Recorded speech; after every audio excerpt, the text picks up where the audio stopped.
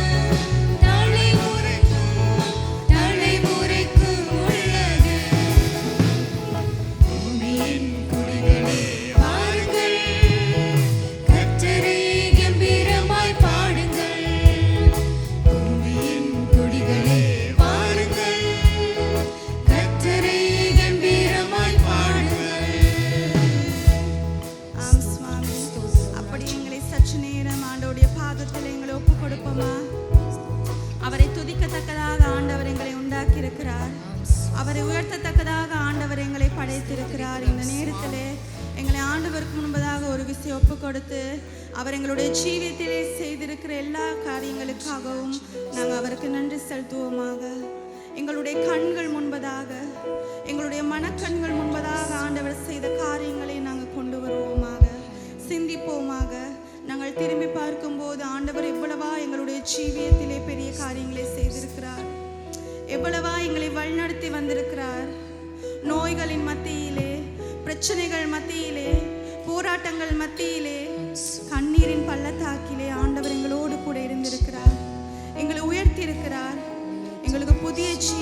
கொடுத்திருக்கிறார். எங்களுடைய கூக்குரலுக்கு பதில் கொடுத்திருக்கிற தேவன் அவர் ஒருவரே. அப்படியாப்பட்ட எங்களுடைய தேவனை நாங்கள் ஒரு நிமிஷம் நோக்கி பார்ப்போமாக. அவருக்கு முன்பதாக முழு இருதயத்தோடு எங்களை அர்ப்பணிப்போமாக. ஹல்லேலூயா சுவாமி, உம்மை ஸ்தோத்திரிக்கிறோம் ராஜனே. உமக்கு நன்றி செலுத்துகிறோம் ஐயா. உம்முடைய பாதத்திலே நாங்கள் உம்மை வணங்குகிறோம். இந்த நேரத்தில் எங்களை உமக்கு முன்பதாய் நாங்கள் தலை குனிந்து தாழ்த்துகிறோம் சுவாமி. ஹல்லேலூயா.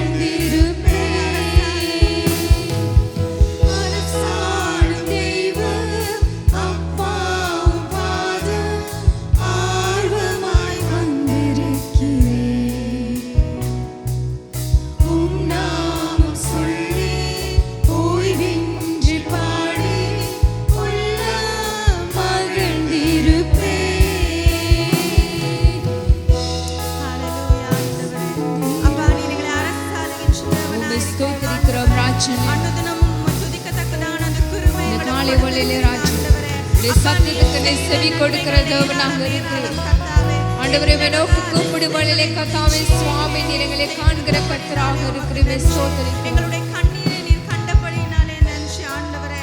எம்முடைய இருதயத்தின் கிளேசத்தை நீங்க அறிந்தபடியினாலே நன்றி ஆண்டவரே. எங்களுக்கு இம்மட்டுமாக நிழலாய் வருபவரே உம்மை ஆராதிக்கிறோம் ஐயா.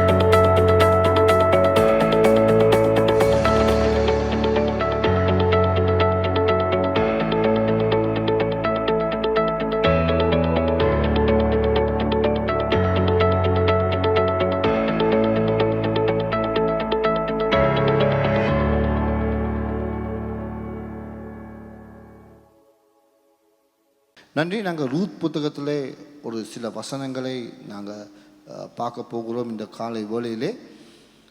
இன்று நான் உங்கள் மத்தியில் பேச விரும்புகிற முக்கியமான கருத்து, சபை அல்லது திருச்சபை என்றால் தேவனுக்கு முன்பதாக நாங்கள் அனைவரும் வந்திருக்கிறோம். திருச்சபையாக தேவனுக்கு முன்பதாக இணைந்திருக்கிறோம். நாங்கள் அனைவரும் சபையாக இருந்திருக்கிறோம்.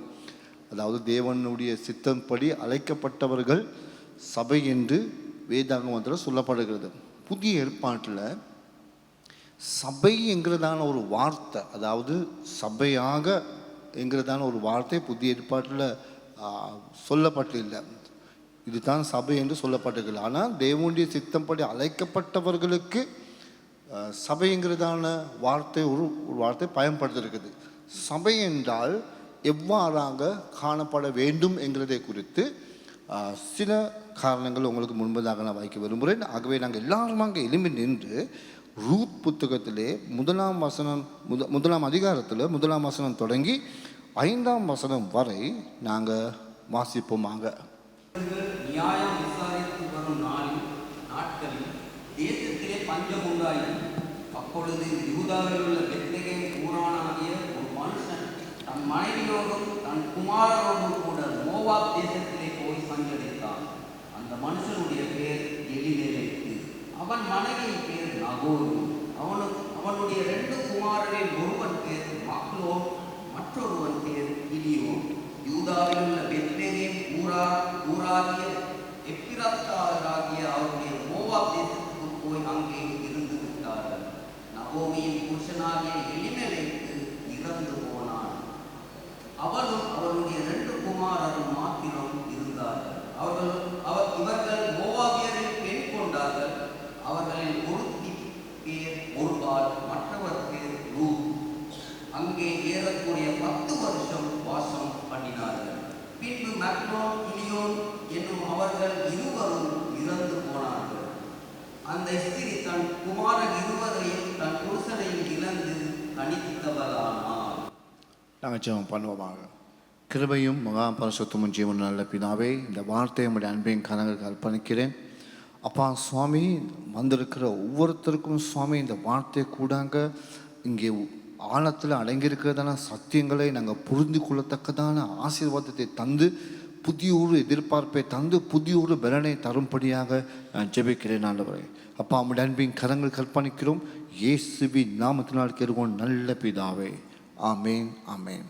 நன்றி. அவர்கள் அமர்ந்து கொள்ளலாம்.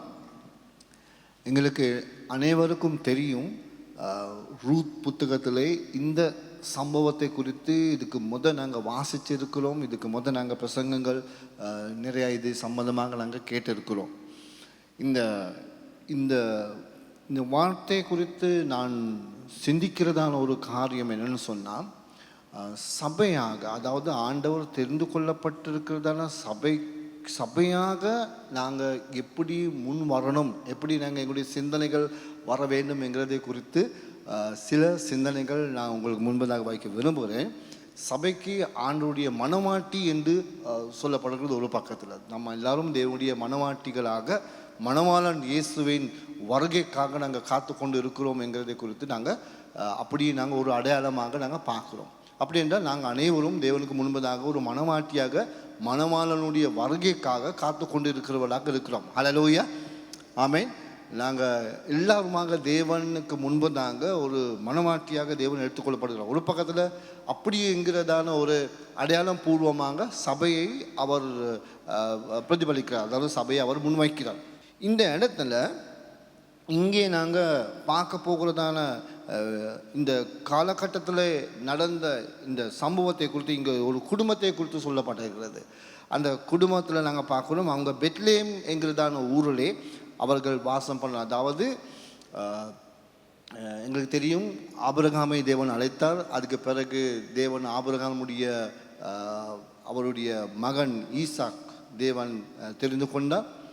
அப்புறம் ஈசாக் கூடவாக யாக்கோப், ஏசா என்கிறதான 2 பேர் பிறந்தார்கள்.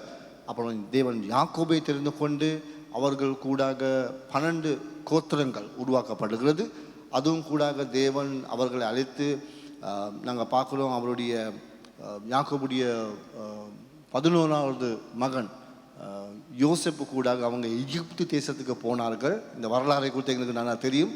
எகிப்து தேசத்தில் 400 வருடமாக அவங்க அடிமையாக இருந்தார்கள். அதுக்கு பிறகு மோசே அழைத்து தேவன் அவர்கள் கூடாக கானான் தேசத்துக்கு வருகிறாரு. கிட்டத்தட்ட 40 வருஷமாக பாலைவனத்தில் அவங்க போய் கொண்டு இருந்தார்கள். அப்புறம் பாலைவனத்தில் பின்பு மோசே இறந்த பெரும்பதாக யோசுவாவை அழைத்து தேவன் கானான் தேசத்துக்கு அவர்களை கொண்டு வந்தார்கள். கொண்டு வந்த பிறகு கிட்டத்தட்ட யோசுவா அந்த கானான் தேசத்தில் நாங்கள் பார்க்குறோம், ஒரு எரிக்கோங்கிறதான பட்டணங்களை முறியடித்து அவர் ஆள்கை செய்து தேவனுடைய சித்தத்தை நிறைவேற்றத்தக்கதாக அமலேக்கர்கள் போன்ற ஜனங்களை அவர் முறியடித்து கானான் தேசத்தில் குடியிருக்கத்தக்கதாக ஜனங்களை ஏற்படுத்தி கொண்டு வருகிறார். யோசுவாவுக்கு பிறகு கிட்டத்தட்ட நான் நினைக்கிறேன் ஒரு 25 வருடங்களுக்கு பிறகு தான் இந்த 25 வருடங்களுக்கு பிறகு நியாயாதிபதிகள் சொல்ல, அதாவது யோசுவாவுக்கு பிறகு ஒவ்வொரு காலகட்டத்திலே தேவன் நியாயாதிபதிகள் என்று சொல்லி தெரிந்து கொண்டு இஸ்ரவேல் ஜனங்களை வழி நடத்தினார். அதாவது இஸ்ரவேல் ஜனங்கள் தன்னுடைய தேவனை யோசுவாவுக்கு பிறகு 25 வருடத்துக்கு பிறகு அவர்கள் தன்னுடைய வாழ்க்கையில் தலைமைத்துவம் யாரும் இல்லைன்னு சொல்லி பின்வாங்கி இருக்கும் போது அந்த காலகட்டத்தில் சில நேரம் அவங்க விக்கிரக ஆராதனைகள் செய்து தேவனை மறந்து தன்னுடைய வழியிலே போகும் பொழுது ஒருவனை தேவனை எழுப்பி நியாயம் விசாரிக்கத்தக்கதாக ஒருத்தரை வைத்து அவரு கூடாக தேவன் வழி நடத்து தனக்கு வேறொரு நாட்டில் பெலிஸ்தர்கள் கூட அடிமையாக இருக்கும் போது அவர்களை முறியடித்து கொண்டு தன்னுடைய நாட்டில் ஆள்கை செய்யத்தக்கதாக இவ்வாறாக 15 நியாயாதிபதிகளை தேவன் நியமித்து நியாயாதிபதி காலம் என்று சொல்லப்படுகிறதான ஒரு யுகத்துக்கு தேவன் அவர்களை வழிநடத்தி கொண்டு வந்தார். சரியா? அப்போ இந்த வழிநடத்தி கொண்டு வருகிறதான இந்த காலகட்டத்திலே கிட்டத்தட்ட 230 வருடமாக ஒரு 2 நூற்றாண்டுகளை தாண்டி இஸ்ரவேல் ஜனங்கள் நியாயாதிபதி காலகட்டத்திலே வாழ்ந்து கொண்டு இருந்தார்கள். இப்போ ரூத் புத்தகத்துக்கு நாங்கள் வரும் பொழுது இங்கே நாங்கள் பார்க்குறோம், இந்த 4 அதிகாரங்கள் தான் இங்கே உள்ளடங்கி இருக்கிறது இந்த புத்தகத்தில். ஆனால் இந்த புத்தகத்தில் காலகட்டத்தை நாங்கள் கொஞ்சம் பார்த்தால் என்றால் கிட்டத்தட்ட ஒரு 20 வருஷமாக ஒரு காலம் இடைவேளையிலே தான் இந்த சம்பவங்கள் எல்லாமே நடந்திருக்கிறது. சரியா? அப்போ இந்த சம்பவங்கள் நடக்கிறதான இந்த காலகட்டத்தில், அதாவது ரூத்துங்கிறதான இந்த புத்தகத்தில் சாமுவேல் தான் இந்த புத்தகத்தை எழுதியிருக்கிறது. அப்புறம் அவர் சொல்கிறாரு பாருங்கள், 1ஆம் வசனத்தில் இங்கே ஒரு குடும்பம் இருக்கிறது சொல்லி, நியாயாதிபதிகள் நியாயம் விசாரித்து வரும் நாட்களிலே தேசத்திலே பஞ்சம் உண்டாயிற்று. நியாயாதிபதிகள் நியாயம் விசாரிக்கிற காலகட்டத்திலே தேசத்திலே, அதாவது பெத்லெஹேம் என்கிறதான ஊரிலே ஒரு பஞ்சம் உண்டாயிற்று என்று சொல்லப்படுகிறது. அந்த பஞ்ச நிமித்தமாக அப்பொழுது யூதாவில் உள்ள பெத்லெஹேம் ஊரானாகிய ஒரு மனுஷன் தன் மனைவியோடும் 2 குமாரர்களோடும் மோவாப் தேசத்திலே போய் அங்கே அவர் வாசம் பண்ணினார், வசித்தார் என்று சொல்லப்படுகிறது. அந்த மனுஷனுடைய பெயர் என்னதான்? அவருடைய பெயர் என்னதான்? அவருடைய பெயர் எலிமெலெக் என்று சொல்லப்படுகிறது. அவன் மனைவியுடைய பெயர் என்னது? அவனுடைய மனைவியினுடைய பெயர் நகோமி. அந்த காலகட்டத்திலே சில பேருடைய பெயர்கள் கூடாக அவர்களுடைய சுபாவங்களை, அதாவது அவங்களுடைய தோற்றத்தை, அவங்களுடைய நடத்தை அங்கே பிரதிபலிக்கிறதாக இருக்கிறது. அது அந்த தன்னுடைய பெயர்படியே அவங்களுடைய நடந்து கொள்வார்கள் என்கிறதான அந்த நம்பிக்கையோடு சில பேர் பெயர்களை வைப்பார்கள். ஒவ்வொரு சம்பவங்களை நாங்கள் பார்த்தால் என்றால் அந்த சம்பவங்களுக்கு ஏற்றபடி பிள்ளைகள் பிறக்கும் போது அந்த பிள்ளைகளுக்கு ஏற்ற பெயர்களை வைத்து அந்த சம்பவத்தில் நடந்ததான அர்த்தத்தை விளக்கப்படுத்தத்தக்கதாக அந்த பெயர்கள் கூடாக அவர்கள் வைத்து அந்த அடையாளங்கள் பூர்வமாக அந்த சுபாவத்தை பார்க்கத்தக்கதாக இருப்பார்கள். அப்போ அப்படியான காலகட்டத்திலே இங்கே நாங்கள் பார்க்குறோம், இந்த பெயர்கள் மிக முக்கியமாக இங்கே காணப்படுகிறது. அதாவது எலிமெலெக் என்று சொல்லும் பொழுது அங்கே நாங்கள் பார்க்குறோம், ஈப்ரு மொழியில் நாங்கள் பார்த்தால் என்றால் எல் மேலெக் என்று சொல்லப்படுகிறது. எல் என்கிறது எந்த நேரமும் ஆண்டவரை குறித்து காணக்கூடியது. எல் எல் எலோஹீம் நாங்கள் பார்க்குறோம், எல் ரோய் என்று நாங்கள் பார்க்குறோம். அது கடவுளுக்கு சொல்லப்படுகிற ஒரு வார்த்தை. எல் மே சொன்னால் என்றால் அது தன்னை குறித்து கூறப்படுது, எனக்கு நான் என்பதை குறித்து சொல்லப்படுறது. லெக் என்று சொன்னால் அது ராஜா என்று சொல்லப்படுறது. அப்புறம் இந்த எலி மெலெக் என்று சொல்கிறதான அந்த பேரில் முழு அர்த்தத்தை பார்த்தா என்றால் கடவுள் என்னுடைய யாரு ராஜாவாக இருக்கிறார் என்று சொல்லப்படுறது. கடவுள் என்னுடைய ராஜா. எத்தனை பேர் விசுவாசம் கடவுள் என்னுடைய ராஜா? ஆமென். நாங்கள் எல்லாரும் அந்த பேர் இல்லாட்டையும் கூட நாங்கள் விசுவாசிக்கிறது கடவுள் என்னுடைய ராஜா. சபையின் ராஜா யாரு? உண்மையிலே ராஜாவாகிய தேவன், ராஜாத்தின் ராஜாவாகிய தேவனுக்கு முன்பதாகத்தான் நாங்கள் எல்லாரும் இருக்கிறோம். அப்படி என்றால் இந்த பெயரில் உள்ளடங்கி இருக்கிற சுபாவத்தை பார்த்தால் எலி மெலெக் இந்த குடும்பத்தில் இவருடைய சுபாவம் கடவுள் என்னுடைய ராஜாவாக இருக்கிறார் என்கிறதான நம்பிக்கை உள்ளவனாக வாழக்கூடியவனாக வாழ வேண்டும் என்கிறதான அந்த சுபாவத்தை கொண்டு தான் வாழணும் என்கிறதான நம்பிக்கையோடு இருக்க வேண்டியவனாக இருக்கிறான். அவனுடைய மனைவியுடைய பெயர் இங்கே சொல்லப்பட்டிருக்கிறது. மனைவியுடைய பெயர் என்னது? நகோமி. நகோமி என்றால் என்னது? இனிமை, புன்னகை, சிரிப்பு, சந்தோஷம். நகோமி என்றால் ராஜாவாக இருக்கிற வீட்டில் மணவாட்டியுடைய பேர் என்னது? மணவாட்டி நகோமி பேர் என்னது? இனிமை, வேற சந்தோஷம். ராஜாவாகிய தேவன் என்னுடைய ராஜாவாகிய வீட்டில் அந்த சபையில் என்னது இருக்குது? என்னது இந்த சபை, இந்த குடும்பத்தில் இருக்கிற சபையில் என்னது? என்னது? சந்தோஷம். சொல்லுங்க, சரியா? அப்போ நகோமி என்று நாங்கள் பெயரிடுறோம். நகோமி என்று சொல்லும்போது அந்த பேரை நாங்கள் சொல்கிறோம், ஆனால் அர்த்தம் என்னது? சந்தோஷம். அப்போ இஸ்ரவேல் ஜனங்கள் கூப்பிடும்போது நகோமி என்று சொல்லும் பொழுது நம்ம சொல்கிற மாதிரி பேரை மட்டும், அதில் பேரை மட்டும் சொல்கிறது மாதிரி விளங்காது, அர்த்தத்தை சொல்லுவாங்க. சந்தோஷம், இங்கே வா. இனிமை, எங்கே இனிமையை காணோம்? அப்போ ராஜாவாகிய தேவனுடைய செயல், தேவன் ராஜாவாக இருக்கிறாருங்கிறதான அந்த குடும்பத்தில் என்னது இருக்கணும்? சந்தோஷமான மணவாட்டியும் இருக்கிறார். சரியா? அப்போ எப்படி இருந்திருக்கும் பாருங்க. இந்த மணவாளன், அதாவது எலிமெலெக், அவன் சொல்றான் கர்த்தர் என்னுடைய ராஜா. அப்படின்னா மனைவி ஓடி வந்து சொல்றா, அப்படின்னா எனக்கு ஒரு இனிமை, நான் நகோமி, எனக்கு ஒரு சந்தோஷம். ஹல்லேலூயா, ஆமென். கணவன் சொல்லுங்க பார்ப்போம், கர்த்தர் என்னுடைய ராஜான்னு சொல்லி கணவன்மாருக்கு சொல்லுங்க பார்ப்போம். சத்தமே இல்லையே. தேவன் என்னுடைய கணவன்மாருக்கு கொஞ்சம் சத்தமாக சொல்லுங்க. ஆண்கள் கொஞ்சம் சத்தமாக சொல்லுங்க பார்ப்போம். வெக்கமா இருக்கா? இந்த நாங்கள் ராஜா ஆட்டம் போட்டோம் தானே. அப்போ இப்போ ராஜா அவர் சொல்கிறது எப்படி மனைவி பார்த்து கேட்பாளே, நீங்கள் தானே ஐயா ராஜா மாதிரி வீட்டில் இருந்தீங்க, நீங்கள் இப்போ சொல்கிறீங்க கடவுள் ராஜான்னு சொல்லி, அது எப்படி ஆகும் அப்படின்னு கேள்வி வரும் தானே. அப்போ என்னுடைய வீட்டில் ராஜா என்னுடைய யாரு?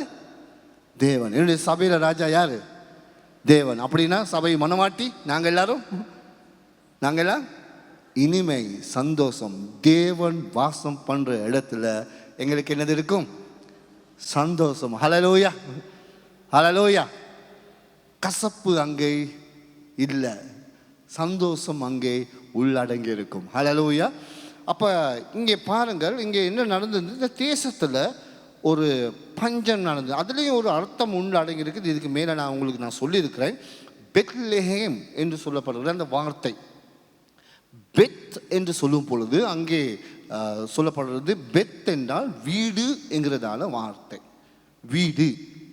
லெஹேம் என்று சொன்னால் அப்பம் என்று சொல்லப்படுறது. லெஹேம் அப்படின்னா என்ன வீடு? இது வீடு அப்பத்தின் வீடு. அப்பத்தின் வீட்டில் ராஜாவாகிய தேவன், என்னுடைய ராஜாவாகிய தேவன் இருக்கிற இடத்துலையும் சந்தோஷமாக இருக்கிறதான குடும்பத்திலையும் தேசத்தில் நடந்த சம்பவம் என்னது? பெத்லெஹேம் அப்பத்தின் வீட்டில் என்ன நடந்துச்சு? என்ன நடந்துச்சு? பஞ்சம் ஏற்பட்டது. ஒரு ஒரு கவலையான ஒரு சம்பவம் நடந்தது. ஒரு சவால் வந்தது. ஒரு தான் எதிர்பார்க்காத நிலைமை தன்னுடைய சுற்றிலே, தன்னுடைய பின்னணியிலே, தான் வாழ்ற வாழ்க்கையிலே, தன்னுடைய நாட்டிலே, தன்னுடைய தேசத்திலே, தன்னுடைய உலகத்திலே தான் எதிர்பார்க்காத காரியம் ஒன்று நடந்தது. தனக்கு ஒரு சவாலாக காணப்படுகிறது. அதுதான் இந்த குறிப்பாக இந்த இடத்துல இதை எடுத்து சொல்லப்படுகிறதான ஒரு விஷயமாக காணப்படுகிறது. கர்த்தருடைய ராஜாவாக இருந்தால் என்றால் தேசத்தில் எது நடந்தாலும் யாருடைய பொறுப்பு? யாருடைய பொறுப்பு? தேவன் அதை பார்த்து கொள்வார். எத்தனை பேர் விசுவாசிக்கிறீங்க? ஆமென். தேவன் அதை நிச்சயமாக பார்த்து கொள்வார். ஹல்லேலூயா. உங்களுக்கு இன்னைக்கு ஏதாவது ஒரு சவால் மாத்திரம் நீங்கள் போகிறதா இருந்தால் உங்களுடைய முகங்களை பார்க்கும்பொழுது, சில பேருடைய முகங்களை பார்க்கும்பொழுது எனக்கு விளங்குது அநேக சவால்கள் மத்தியில் ஒரு தீர்மானம் எடுக்க முடியாத நிலைமையில், ஒரு தீர்மானத்துக்குள்ளாக ஒரு சிக்கிக்கொண்டு ஒரு வாழ்க்கையில் ஒரு வறண்ட நிலைமையில் ஏதோ ஒரு பறி கொடுத்த மாதிரி உங்கள் வாழ்க்கையில் ஏதோ ஒரு துன்பத்தின் ஒரு துயரத்தின் மத்தியில் ஒரு வேதனைகள் மத்தியில் போகிற மாதிரி இருக்குது. எனக்கு விளங்குது. சில பேருடைய துக்கங்கள் ஆழத்தில் இருக்கிறதான வேதனைகள் எடுத்து சொல்லக்கூட முடியாத நிலைமையில் தான் வாழ்ந்து கொண்டு இருக்கிறதான ஒரு காலகட்டத்திலே சில நேரத்தில் கர்த்தர் என்னுடைய ராஜா என்று நான் விசுவாசிக்கிறதா இருந்தால் அவர் எல்லாத்தையும் பார்த்துக்கொள்கிற தேவன் என்று நான் விசுவாசிக்கிறேன். ஹல்லேலூயா. அதுதான் எனக்கு சந்தோஷம், அதுதான் எனக்கு ஒரு எதிர்பார்ப்பு, அதுவே என்னுடைய வாழ்க்கையில் ஒரு நிச்சயம், அதுவே சவாலை தாண்டி போகத்தக்கதாக, என்ன சவால்கள் வந்தாலும் அதை தாண்டி போகத்தக்கதாக வழியை திறப்பாருங்கிறதான நம்பிக்கை என்னுடைய வாழ்க்கையில் இருக்கிறதா இருந்தால் அவர் என்னுடைய ராஜாவை என்று விசுவாசிக்கிற ஒரு கிறிஸ்தவனாக, அவர் என்னுடைய வாழ்க்கையில் எனக்காக முன்வருகிறவார் என்று சொல்லி நான் விசுவாசிக்கிறதோடு எனக்கு எந்த சவாலுக்கும் முகக்கூடிய தன்மை உள்ளவனாக சந்தோஷமாக வாழக்கூடிய தன்மை என்னுடைய வாழ்க்கையில் இருக்கிறது. அதுதான் என்னுடைய நம்பிக்கை. அப்புறம் பாருங்க, நான் விசுவாசிக்கிறேன் பெத்லெஹேம் என்கிறதான கர்த்தருடைய அந்த அப்பத்தின் வீட்டில் இங்கே இந்த இவங்க இவங்க இருந்ததான அந்த அந்த தேசமானது அந்த அந்த அந்த ஊர் நாங்கள் பார்க்குறோம் மிகவும் நல்ல விதத்தில் கோதுமை உள்ள ஊராக இருந்தது. அப்போ பாருங்க, சவால்கள் வரும்பொழுது வாழ்க்கையில் தேவன் தன்னுடைய ராஜாவாக என்று நினைத்து இருக்கிறதான சந்தோஷமான இந்த குடும்பத்திலே இவர்கள் நல்ல ஒரு பண வசதி உள்ளவர்களாக தான் வாழ்ந்தார்கள். ஏழையாக இவர்கள் வாழவில்லை. எளிமையில கேட்டால் சொல்ல ஒரு பண வசதி உள்ளவர்களாகத்தான் அவங்க இருந்தார். அப்படி என்றால் அவங்களுக்கு வசதி செல்வந்தங்கள், அது மட்டுமில்லாமல் காணிகள் இவர்களுக்கு இருந்து அவங்க வசித்து இருந்தவர்களாக தான் இருந்தார்கள். இந்த குடும்பத்தில் நாங்கள் பார்க்குறோம். முதலாம் வசனத்தை கொஞ்சம் பாருங்கள். முதலாம் அதிகாரத்தில் நியாயாதிபதிகள் நியாயம் விசாரித்து வரும் நாட்களிலே தேசத்திலே பஞ்சம் உண்டாகும். இப்போ நியாயாதிபதிகள் நியாயம் விசாரித்து வருகிறதான காலகட்டத்திலே இவர்கள் தேவனை பிரதிபலிக்கிறவர்களாக இருந்த இந்த குடும்பத்தில் அப்பம் இருக்கிறதான வீட்டில் வசித்தவர்கள் அந்த நம்பிக்கை இழந்து இவருக்கு இந்த பஞ்சத்துக்காக மோவாப் தேசத்துக்கு போனார்கள் என்று இந்த முதலாம் வசனம் சொல்லப்படுகிறது. சரியா? அப்போ இந்த நியாயம் விசாரிக்கிறதான காலகட்டத்தில் எந்த நியாயாதிபதி நியாயம் விசாரிக்கிற காலத்திலே இவர்கள் அங்கே போனார்கள். ஏன் போனார்கள், எதுக்காக போனார்கள் என்கிறதான அந்த ரகசியத்தை எங்களுக்கு தெரிந்து கொண்டால் என்றால், இன்றைக்கு சமையாக இருக்கிற நாங்கள் எடுக்கிறதான தீர்மானங்களை குறித்து எங்களுக்கு கொஞ்சம் கவனமாக இருக்கலாம் என்கிறதை குறித்து நான் உங்களுக்கு சொல்ல வருகிறேன். எந்த நியாயாதிபதி காலகட்டத்திலே இவர்கள் போனார்கள் அங்கே? ஏன் போனார்கள்? ஏன் சொன்னால், இந்த வசனத்தை நீங்கள் தொடர்ந்து வாசித்தால் என்றால் இந்த குடும்பத்தை மட்டும் தான் எடுத்து குறிப்பாக சொல்லப்படுகிறது. மோவாப் தேசத்துக்கு போனார்கள் என்று சொல்லி. மோவாப் தேசம் என்று சொன்னால் எங்களுக்கு தெரியும் ஒரு அந்நிய தேசம். மோவாப் தேசம் எப்படி ஆரம்பிக்கப்பட்டது? இதில் பேருக்கு தெரியும் மோவாப் தேசம் எப்படி ஆரம்பிக்கப்பட்டதுன்னு சொல்லி. மோவாப் தேசம் ஆரம்பிக்கப்பட்டது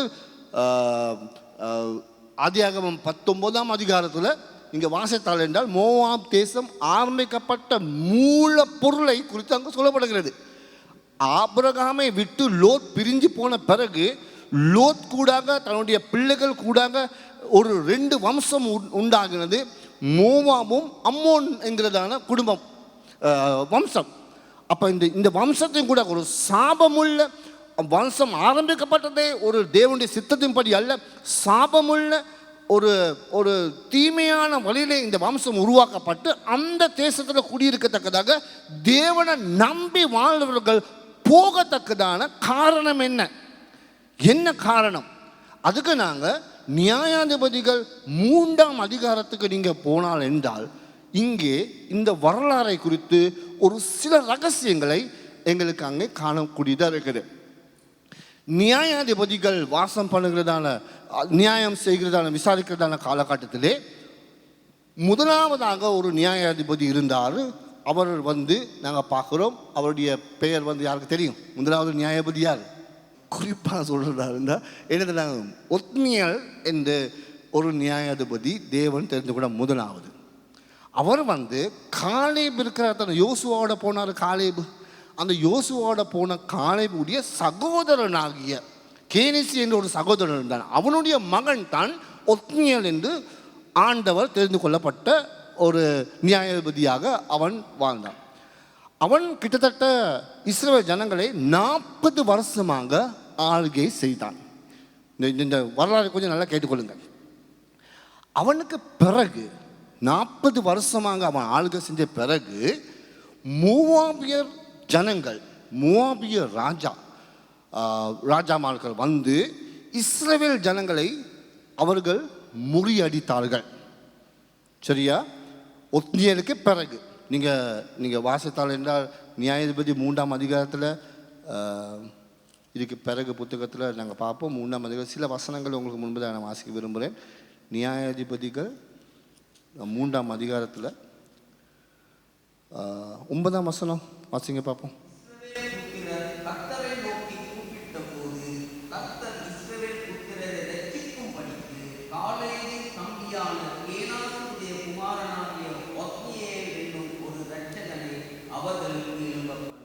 பாருங்க, ஒத்னியல் என்று இரட்சகரை அங்கே ஏற்படுனால் 11ஆம் வசனத்தை வாசிங்க பார்ப்போம். தேசம் 40 வருஷம் அமைதலாய் இருந்தது.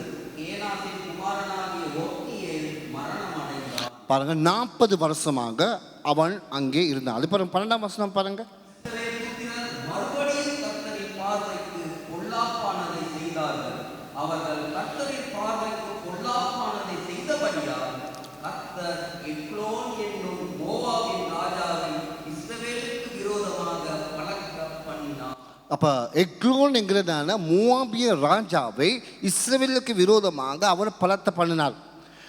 நீங்கள் இந்த வசனத்தை நீங்கள் திருப்பி தொடர்ந்து வாசித்தால் என்றால் இந்த சம்பவத்தை நான் குறிப்பாக சொல்கிறேன். அதாவது இந்த எக்லோன் என்கிறதான அந்த மனிதன் பிரதான ஒரு உயரமும் தடிப்பமும் ஒரு தரமான ஒரு மனிதன். இவர் மோவாபிய தேசத்தின் ராஜா எக்லோன்.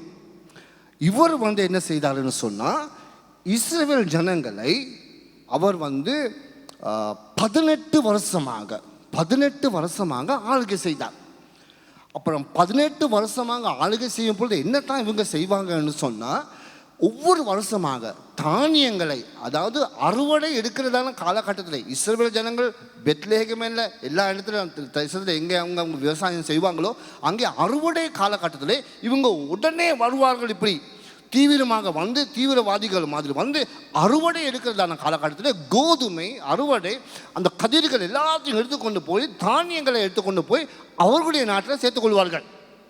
இப்படி தான் இவங்களுடைய அச்சுறுத்தல் தொடர்ந்து நடக்கிறது.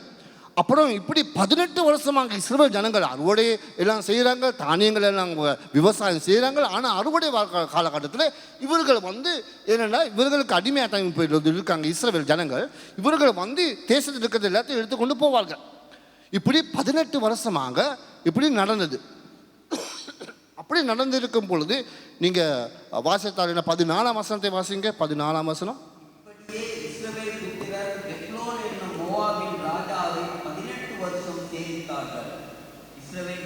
கர்த்தரை நோக்கி கூப்பிட்ட போது கர்த்தர் அவர்களுக்கு பென்யமீன் கோத்திரத்தானாகிய ஏராவின் மகன் ஏகூத் என்னும் ஒரு இரட்சகனை எழும்ப பண்ணினார்.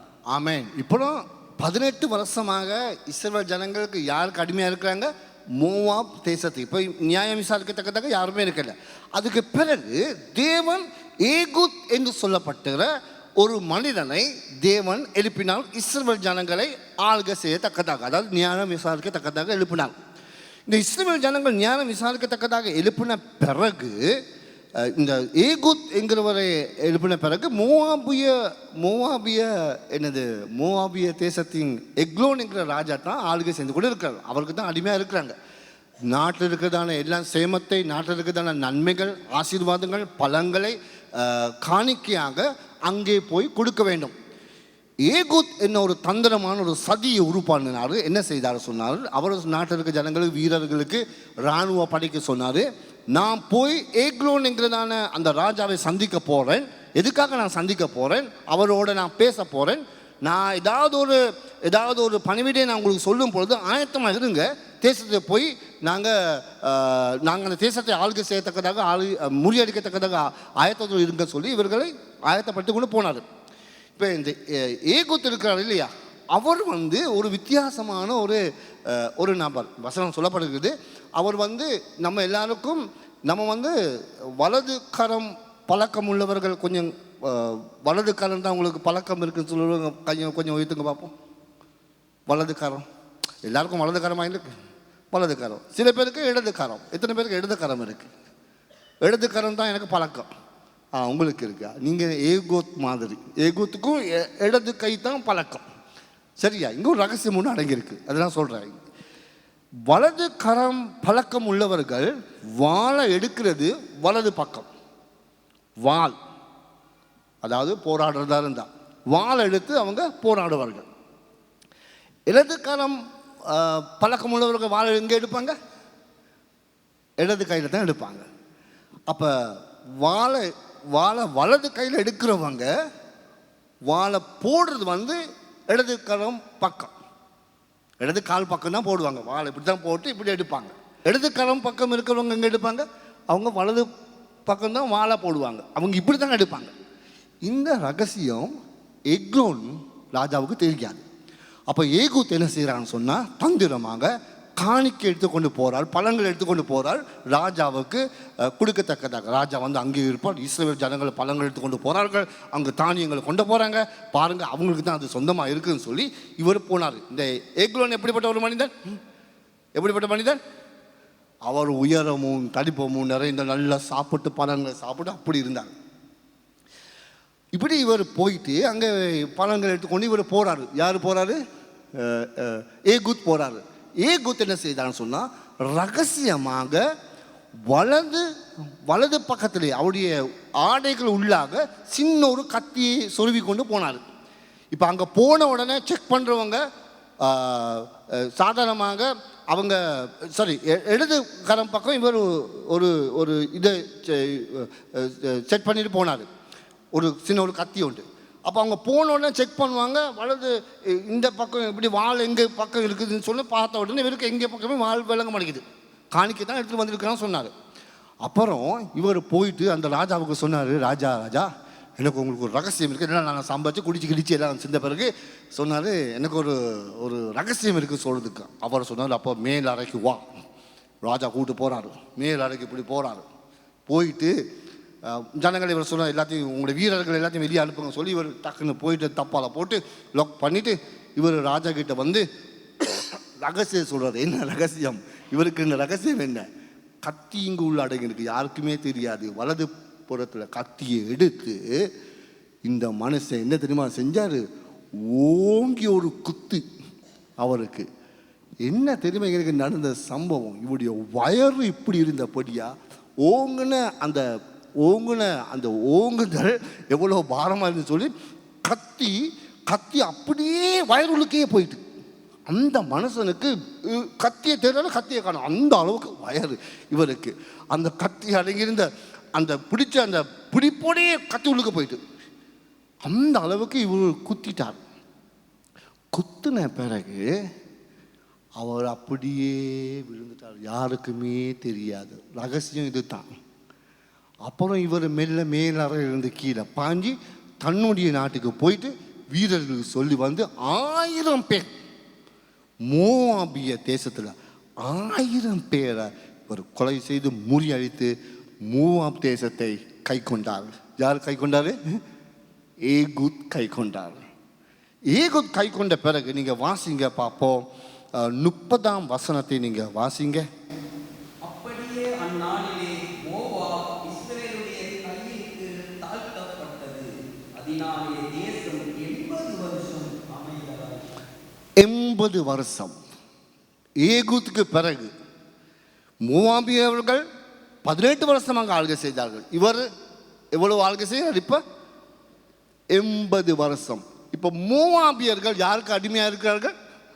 இஸ்ரவேல் ஜனங்களுக்கு. மோவாபியருக்கு தானியங்கள், மோவாபியருக்கு அறுவடைகள் யாருக்கு சொந்தமானது? இஸ்ரவேல் ஜனங்களுக்கு சொந்தமானது.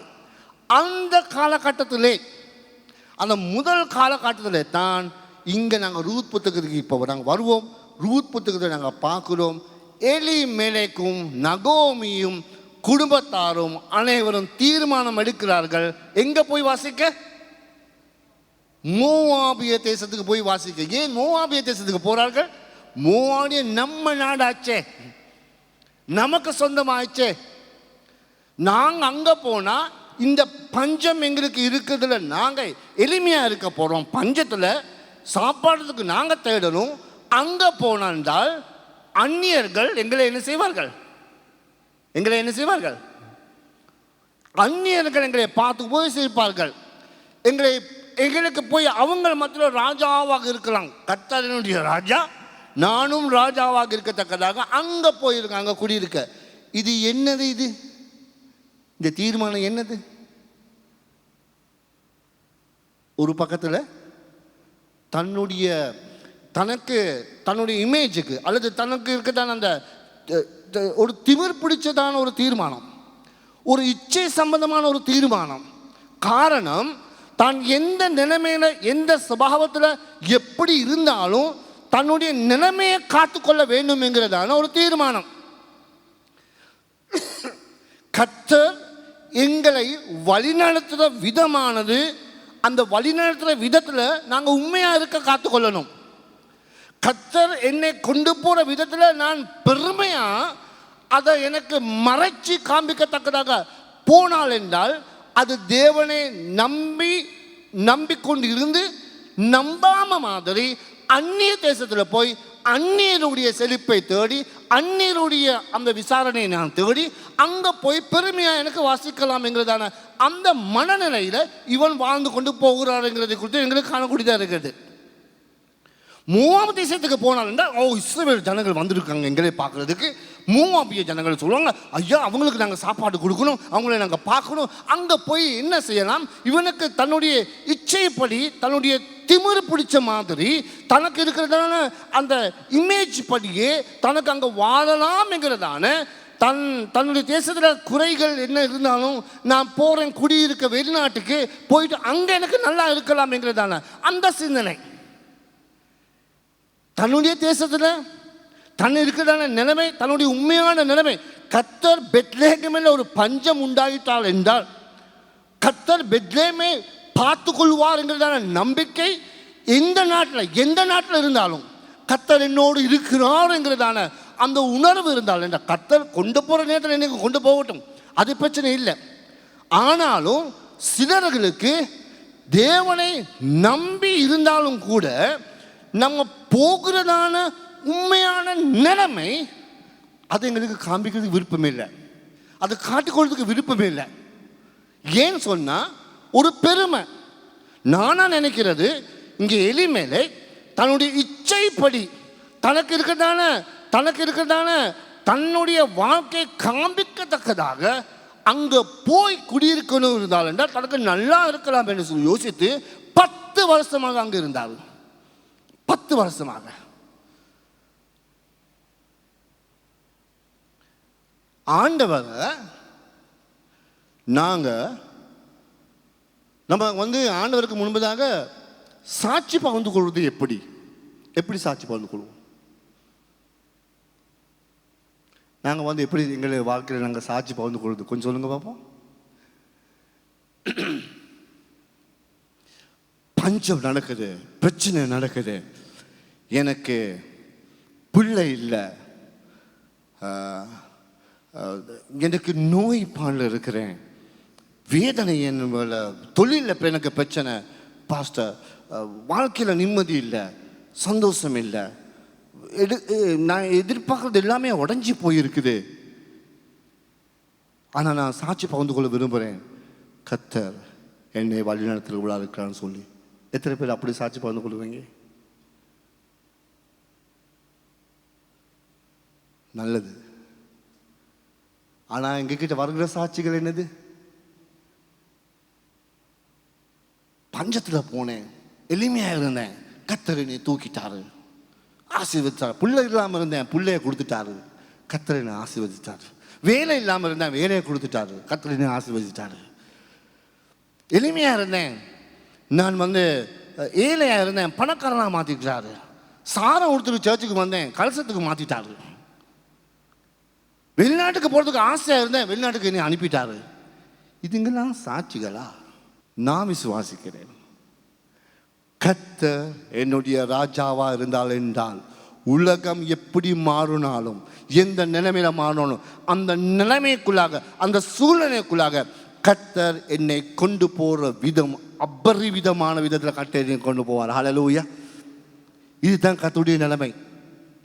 நாங்கள் மற்றவங்க முன்பதாங்க எதை மறைக்கிறோமோ, இது கர்த்தர் இந்த நம்மளை இப்படி தான் நடத்துகிறாருங்கிறதான அந்த நமக்கு இதுக்கு பெருசாக ஒரு பெருமைங்கிறது, சாதி பெருமைன்றது இருக்குது. பெருமை நம்முடைய வாழ்க்கையில் எதுலையும் இருக்கலாம், நடத்தையில் இருக்கலாம், செயலில் இருக்கலாம், பேச்சில் இருக்கலாம், மூச்சில் இருக்கலாம், நான் பழகிறது விதத்தில் இருக்கலாம், எல்லாம் பெருமைகள். நான் என்னுடைய குடும்பத்தை வழிநடத்துகிற விதம் ஒரு பெருமை, நான் சபையில் ஊழியர் செய்கிற விதம் ஒரு பெருமை, அதுலேயும் ஒரு பெருமை இருக்குது, தலைமைத்துவத்தில் ஒரு பெருமை இருக்குது. இது எல்லாம் என்னத்தை காக்குதுன்னு சொன்னால் தன்னை காக்க பார்க்குது. அப்படி போயிட்டு அந்நியர்களுடைய மத்தியில் நான் போய் குடியிருக்க வேண்டுமா? என்னுடைய அந்நியரையும் உலகத்தையும் அந்த சராசரங்களை படைச்ச ஆண்டவர் நம்மோடு இருக்கும்போது நான் எதுக்கு பயப்படேன், எதுக்கு அஞ்சேன்? அவங்க எப்படி செஞ்சுட்டாங்க, இவங்க எப்படி செஞ்சுட்டாங்க, இப்படி எனக்கு நடந்துட்டு, அப்படி பாருங்களேன், இப்படி பாருங்களேன். இது அது ராஜா நம்மோடு இருக்கிறார் என்கிறதான உறுதித்தன்மை எனக்கு இருந்தால் என்றால் எதுக்கு கயக்கம், எதுக்கு நாங்கள் தயங்குறோம், எதுக்கு நாங்கள் பயப்படுறோம், எதுக்கு நாங்கள் கலங்குறோம், எதுக்கு நாங்கள் வியாதிப்படுறோம், எதுக்கு நாங்கள் அவசரப்படுகிறோம், எதுக்கு நாங்கள் விசிரம் அடைகிறோம், எதுக்கு பொறாமை வருகுது, எதுக்கு எரிச்சல் வருகுது, எதுக்கு கவலை வருகுது, எதுக்கு வேதனை வருகுது, ஏன் மற்றவங்களோடு நாங்கள் பொறாமை கொண்டு இருக்கிறோம்? காரணம் என்ன? நான் இன்னும் என்னுடைய குடும்பத்தை காக்க பார்க்குறேன், என்னை காத்துக்கொண்டு பார்க்குறேன், இந்த நிலைமையை நான் காத்துக்கொண்டு வாழ பார்க்குறேன். இல்லை, கர்த்தருக்கு உண்மையாக இருக்கிறவர்களை கர்த்தர் எப்போதும் காத்து வழி நடத்துவார். ஹல்லேலூயா, ஹல்லேலூயா, ஹல்லேலூயா. நம்மோடு இருக்கிறவர் நாங்கள் உண்மையாக இருந்தால் கர்த்தர் எப்போதுமே எங்களுக்கு ஆசீர்வதிக்கிறவராக இருக்கிறார். ஹல்லேலூயா, ஹல்லேலூயா. வெட்கப்பட வேண்டும். அந்நியர்கள் மத்தியில் போய் தேவனை காட்டி கொடுக்கிறவர்களாக வாழும் பொழுது, அந்நியர்கள் மத்தியில் போய் எங்களுடைய பிரச்சனைகள் சொல்லும் போது, மோவாபியர்கள் பிசாசுகளை வணங்குகிறவர்கள், செல்வந்தத்தை தேடி வணங்குகிறவர்கள், அவர்களுக்கு ஒரு தெய்வம் அல்ல, ஒரு கடவுள் அல்ல, வானத்தையும் பூமியையும் படைத்த தேவனை அல்ல அவங்க வணங்குகிறார்கள். 10 வருஷம் அங்கே இருந்தா, வெளிநாட்டுக்கு போயிட்டு ஒரு வருஷம், 2 வருஷம், 3 வருஷம், 4 வருஷம், 5 வருஷம் போயிட்டு வாங்க பார்ப்போம். போயிட்டு வந்த பிறகு இங்கே இருக்கிறதான தேசத்தில் இருக்கிறதான பாசையை மறந்துடுவாங்க. 2 வருஷம் 3 வருஷம் போயிட்டு வந்தவங்களுக்கு இந்த நிலைமைனா 10 வருஷம் போயிட்டவங்களுக்கு எப்படி இருக்கும்? கொஞ்சம் யோசிச்சு பாருங்க. தேவனை நம்பி இருப்பார்களா? தேவனை தன்னுடைய பிள்ளைங்களுக்கு வழிநடத்தி இருப்பார்களா? இல்லை. மோவாபிய தேசத்தில் இருக்கிறவங்களையும் குடியிருக்கத்தக்கதாக போனாங்க, மோவாபிய பெண்களையும் கொண்டார்கள். தனக்கு இருக்கிறதான பெத்லேம் கர்த்தருடைய வீடு, தேவன் ஆசீர்வதிப்பாருங்கிற நம்பிக்கை இழந்து அங்க போய் உறவு கொள்ளத்தக்கதாகவும் போயிட்டார்கள். உறவு கொள்ளத்தக்கதாக போனால் என்றால் எங்க இந்த குடும்பத்தில் இருக்கிறதான சமாதானம், இந்த சபையில் இருக்கிறதான சமாதானம் எங்க இருக்கும் ஐயா? போற பாம்பை அப்படியே விட்டா என்ன, அதை போய் தூக்கி பிடிச்சி வீட்டில் போட்டா என்ன நடக்கும்? அங்க இங்க கடிக்கும். எங்கேயோ போய் உறவு கொண்டால் என்றால், சம்பந்தம் இல்லாம போய் உறவு கொண்டால் என்றால் என்ன நடக்க போகுது? என்ன நடக்கும்? அந்த ஊர் படியை மாறி, அந்த சிந்தனை படி மாறி, அந்நியர்களை சிந்திக்கிறதான சிந்தனைப்படி தான் நாங்களும் வாழ்வோம். என்னத்தை சாப்பிடுவோம், என்னத்தை நாங்கள் அணிவோம், என்னத்தை உடுப்போம், என்னத்தை நாங்கள் திம்போம், எது எங்களுடைய எதிர்காலம் எங்களுதான சிந்தனைகள் மாறிடும். ஆண்டவர் சொல்லுறார், உன்னுடைய எதிர்காலத்தை நாளை தினத்தை நான் பார்த்துக்கொள்வேன். இன்னைக்கு கவலைகள், கண்ணீர்கள், வேதனை எங்களுக்கு அந்நியருடைய சிந்தனைகள் எங்களுடைய மனசில் இருக்கு. அந்நியருடைய சிந்தனைப்படி தான் நாங்கள் பிரச்சனைக்கு தீர்வு பார்க்கிறோம். அந்நியருடைய சிந்தனைப்படி தான் எங்களுக்கு வருகிற சவால்களை நாங்கள் மேற்கொள்ள பார்க்கிறோம். அந்நியருடைய சிந்தனைகள், எங்களுடைய வீட்டில் ஏதாவது ஒரு பண்டிகை, எங்களுடைய வீட்டில் ஏதாவது காரியம் செய்யும் பொழுது அந்நியர்கள் செய்கிற பொழுது தான் நாங்கள் செய்ய பார்க்கிறோம். ஏன்? கடவுள் என்னோடு இருந்தால் என்றால், தேவன் என்னோடு இருக்கிறார் என்றால் அந்த சிந்தனையிலிருந்து நாங்களும் அந்நியருடைய சிந்தனைப்படி நடந்து காரியங்களை நாங்கள் தீர்வுக்கு வர பார்க்கிறோம். பாருங்க, இங்கே நடந்த சம்பவம் என்னன்னு சொல்லி ரூத் புத்தகத்துக்கு வாங்க. இங்கே வரும் பொழுது நாங்கள் பார்க்குறோம். வாசிங்க 3ஆம் வசனத்திலிருந்து.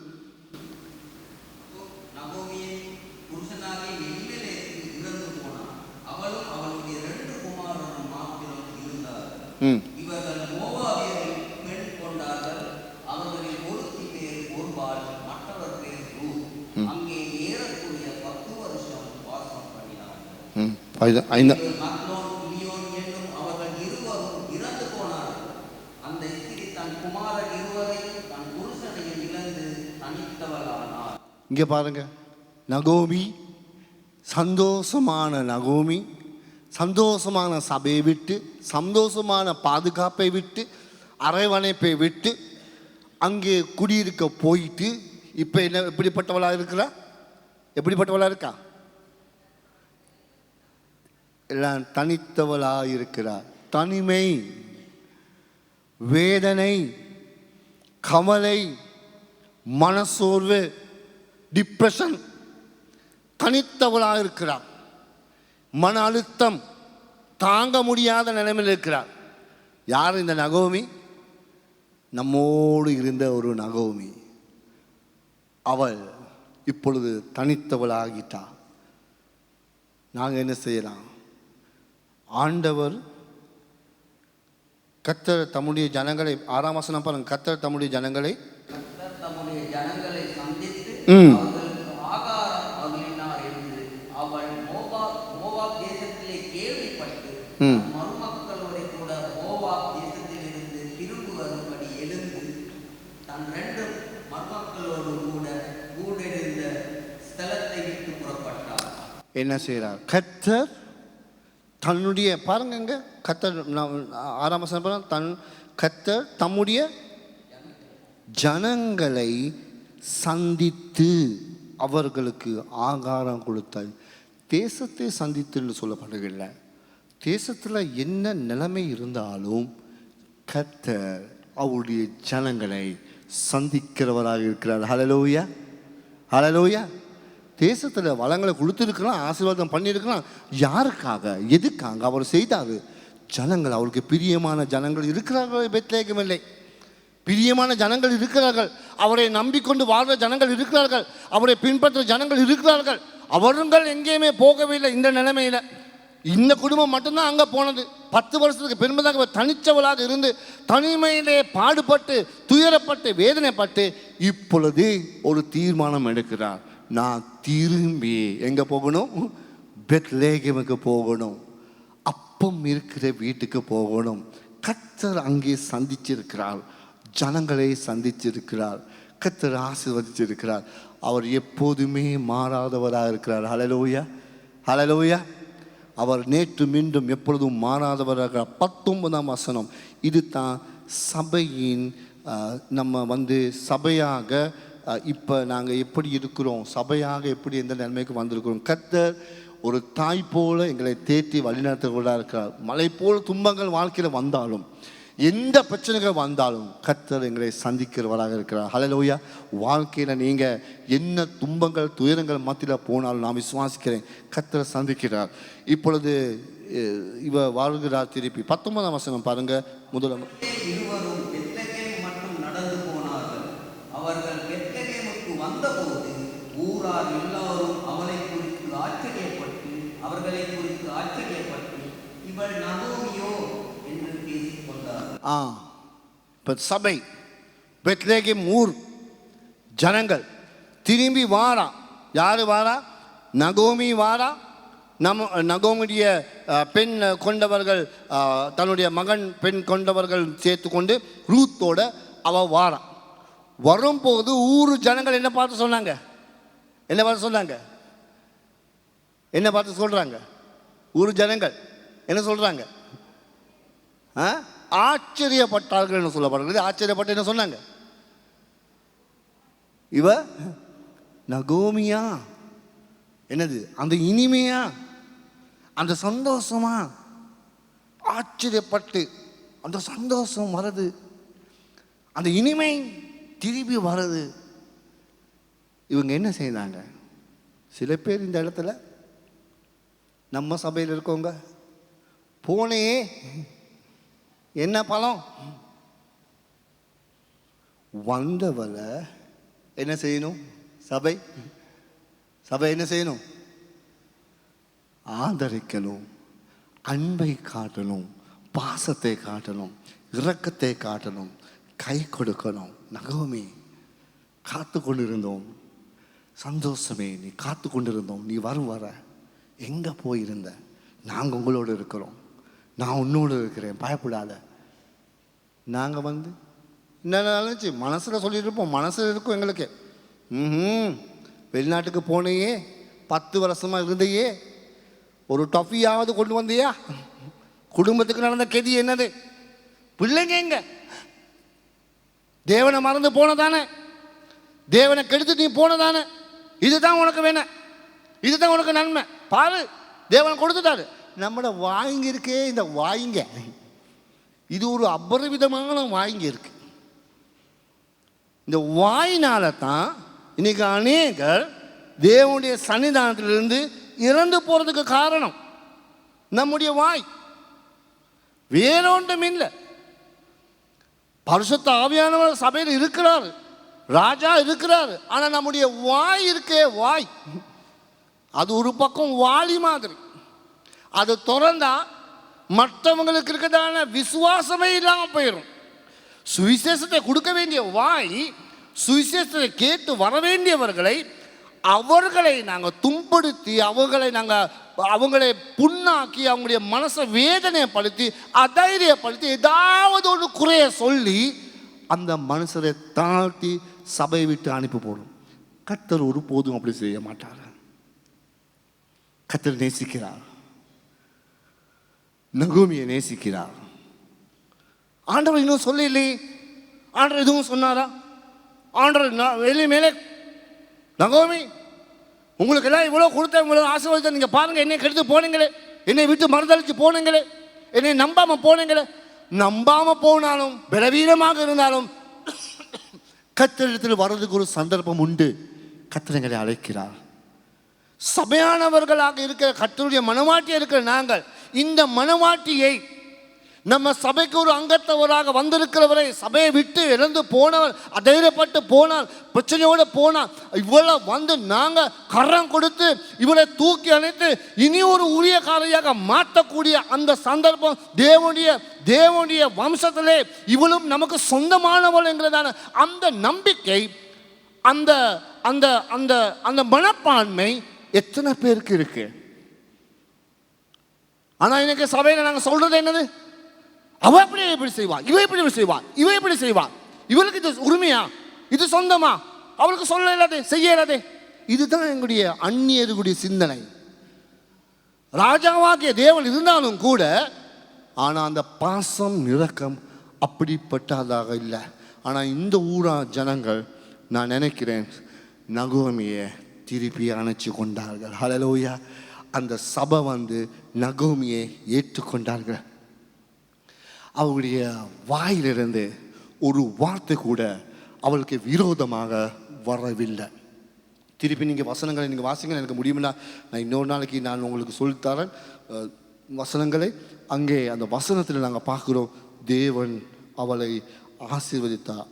அதுக்கு 20ஆம் வசனம், அதற்கு அவள் என்ன சொல்றாள்? நீங்கள் என்னை நகோமி சந்தோஷம் என்று சொல்ல வேண்டாம். தான் உணர்றாள், நகோமி உணர்றாள். என்னது அவள் சொல்றாள்? சொல்ல வேண்டாம், சொல்லாமல் மாறாள் என்று சொல்லுங்கள். ஏன் மாறா என்று சொல்றார். சர்வ வல்லவர் எனக்கு மிகுந்த கசப்பை கட்டளையிட்டார். இப்பொழுது நான் கசப்பா இருக்கிறேன். சந்தோஷம் என்று நீங்க சொல்ல வேணாம், கசப்பு என்று சொல்லுங்க. அவ உணர்றா, யாரும் அவருக்கு சொல்லல கசப்பு. நீ மாறா நகோமி, இனிமையா இருந்தவளே நீ மாறாவாக மாறிட்டேன்னு சொல்லல. இவ இப்ப சொல்றா, அவளே உணர்ந்து சொல்றா, நான் கசப்பாகிட்டேன், நான் அவரை விட்டு போயிட்டேன், கர்த்தருடைய கட்டளை மறுதளிச்சு போயிட்டேன், மனம் திரும்புறா. இதுதான் நன்மை. ஹல்லேலூயா. அந்த மனம் திரும்புகிறவர்களை கர்த்தர் பார்த்து நிச்சயமாக ஆசீர்வதிக்கிறவர்கள். ஒரு தாய் தன்னுடைய பிள்ளை இழந்து போனாள் என்றால் அந்த பிள்ளையை அரவணைக்க மாட்டாளா? அந்த தாய் அரவணைக்க மாட்டாளா? சபை, மனவாட்டி, தாய் பாசத்தில் இருக்கிறதான ஒரு இடம். கர்த்தரும் தாமே அப்படி எங்களை அரவணைக்கிறவராக இருக்கிறார். கர்த்தர் தாமே அந்த விதமாக எங்களோடு இருந்து பேசுகிறவராக இருக்கிறார், எங்களை உயர்த்துகிறவராக இருக்கிறார். ஜெபம் பண்ணுவோம். ஆண்டவருக்கு எங்களை அர்ப்பணித்து இந்த காலை வேளையில் ஆண்டவருக்கு எங்களை நாங்கள் சொல்லுவோம், ஆண்டவரே, நான் இப்பொழுது மாறி போயிருந்தாலும் கூட கர்த்தர் என்னோடு இருந்து என்னை வாசம் பண்ணி எனக்கு ஆசீர்வதிக்க வேண்டும். ஒரு தாய் பாசத்திலே நான் அவரை பார்க்க விரும்புகிறேன், எனக்கு ஆசீர்வதிங்க என்று சொல்லி நாங்கள் ஆண்டவருக்கு எங்களை அர்ப்பணிப்போம். எல்லாருமாக எழுப்பி நின்று இந்த காலை வேளையில் உங்களுடைய வாழ்க்கையில் ஏதாகிலும் ஒரு பிரச்சனைக்குள்ளாக நீங்கள் சிக்கிக்கொண்டு மறுதளித்து கொண்டு தேவனுக்கு முன்பதாக நீங்கள் அவரை மறுதளித்து கொண்டு நீங்கள் பின்வாங்கி போகிறதா இருந்தால் என்றால் இந்த காலை வேளையில் கர்த்தர் உங்களை தொடுகிறவராக இருக்கிறார், கர்த்தர் உங்களை ஆசீர்வதிக்கிறவராக இருக்கிறார். கர்த்தர் இந்த காலை வேளையில் உங்களுடைய வாழ்க்கையில் இடைப்பட்டு அவர் அபரிவிதமான காரியங்கள் கூட உங்களை நேசிக்கிறவராக இருக்கிறார். நாங்கள் எண்ணத்தை இழந்து போனாலும் கூட, எண்ணத்தை நாங்கள் மறந்து போனாலும் கூட கர்த்தர் எங்களை அழைக்கிறவராக இருக்கிறார் அவருடைய சன்னிதானத்துக்கு. ஆகவே மனங்களை திறந்து கரைகளை உயர்த்தி நாங்கள் இந்த பாடலை பாடி தேவனை நமஸ்கரிப்போம். யாராகிலும் உங்களுடைய வாழ்க்கையில் ஏதாகிலும் உங்களுடைய வாழ்க்கையில் நீங்கள் அர்ப்பணிக்க விரும்புகிறதா இருந்தால் என்றால், கர்த்தாவே நான் என்னை அர்ப்பணிக்க விரும்புகிறேன் என்று சொல்லி நீங்கள் சொல்கிறதா இருந்தால் இந்த காலை வேளையில் கர்த்தர் உங்களோடு இருந்து பேசுகிறவராக இருக்கிறார். மனம் விட்டு சொல்லுங்க, ஆண்டவரே நான் என்னை அர்ப்பணிக்கிறேன். தேவன் தன்னுடைய கைகளை நிறைந்து அவர் ஆணி பாய்ந்த கரங்களோடு எங்களை அனுமதிக்கிறவராக இருக்கிறார். அப்பா, நான் மனத்தில் வருகிறேன் என்று சொல்லி நாங்கள் சொல்லுவோமாக. ஹல்லேலூயா. மனம் திரும்ப வேண்டியவர்கள் தன்னுடைய வாழ்க்கையில மனம் திரும்பி ஆனவருக்கு எங்களை அர்ப்பணிங்க. ஹல்லேலூயா. தாய் போல தேற்றி தந்தை போல ஆற்றி தோள் மீது சுமந்திடும் என் இயேசையா. தாய் போல தேற்றி தந்தை போல ஆற்றி தோள் மீது சுமந்திடும் என் இயேசையா. உம்மை போல புரிந்து கொள்ள யாரும் இல்லையே, உம்மை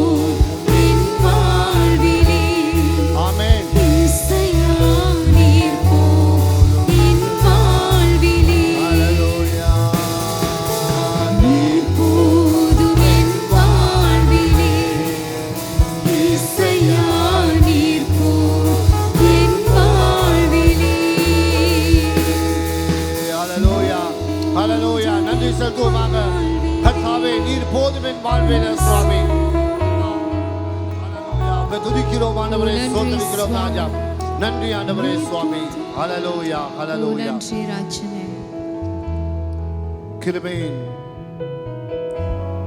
எங்களை நேசிக்கிற எங்கள் வாழ்க்கையில இடைப்பட்டு எங்களுக்கு ஒரு தாய் பாசத்தை கொடுத்து சுவாமி எங்களை அரவணைக்கிற எங்கள் நல்ல பிதாவே சுவாமி, இந்த காலை வேளையிலும் பாதமல்லில் வருகிறோம். யார் என்னை கைவிட்டாலும் நீர் ஒருபோதும் என்னை கைவிடாத தேவனாக இருக்கிறேன். நீர் என்னுடைய ராஜாவாக இருக்கிறேன் சுவாமி. நான் உமக்கு தாழ்த்தி அடைகிறேன் ஆண்டவரே. அப்பா, இந்த வேளையில யாராகிலும் மன சோர்வோடு, மன கவலையோடு, மன கிளேசத்தோடு இப்பொழுது இருக்கிறதா இருந்தால் சுவாமி, உம்முடைய கரம் அவர்களை நேற்றும், உம்முடைய கரம் அவங்களை தேற்றும் அரவணைக்கும்படியாக நான் ஜெபிக்கிறேன் ஆண்டவரே. அப்பா சுவாமி, திரும்பி வரும்போது கர்த்தாவே, நீர் உயர்த்துகிற தெய்வமாக இருக்கிறேன். நீர் ஆசீர்வதிக்கிற தெய்வமாக இருக்கிறேன். நீர் கரம் கொடுத்து அணைக்கிற தெய்வமாக இருக்கிறேன். மலை போல துன்பங்கள் வந்தாலும், துயரங்கள் வந்தாலும், வேதனைகள் வந்தாலும் சுவாமி, நீர் அதை மாறாக சுவாமி, நீங்க மாறாக இருக்கிறதான கசப்பான காரியங்கள் சந்தோஷமாக மாறத்தக்கதான, இனிமையாக மாறத்தக்கதான வல்லவராக இருக்கிறீர் ஆண்டவரே சுவாமி. அப்பா, உண்மையை நம்பி வாழ உடைய பிள்ளைகளுக்கு நீங்க ஆசீர்வதிக்கும்படியாக ஜெபிக்கிறேன். உடைய கரம் அவர்கள் மேலாக வைக்கும்படியாக ஜெபிக்கிறோம். இயேசுவே, நன்மையின் கரங்களுக்கு அர்ப்பணிக்கிறோம். இயேசுவின் நாமத்தினால் கேட்கிறோம் நல்ல பிதாவே. இப்பொழுது தேவனுடைய கிருபையும் குமாரனுடைய அன்பு பாசம் இரக்கமும் பரிசுத்த ஆவியானுடைய வழிநடத்தலும் இன்றும் என்றும் எப்பொழுதும் எங்களோடு இருப்பதாக. ஆமேன் ஆமேன் ஆமேன். நன்றி. கர்த்தர் உங்களை ஆசீர்வதிப்பாராக.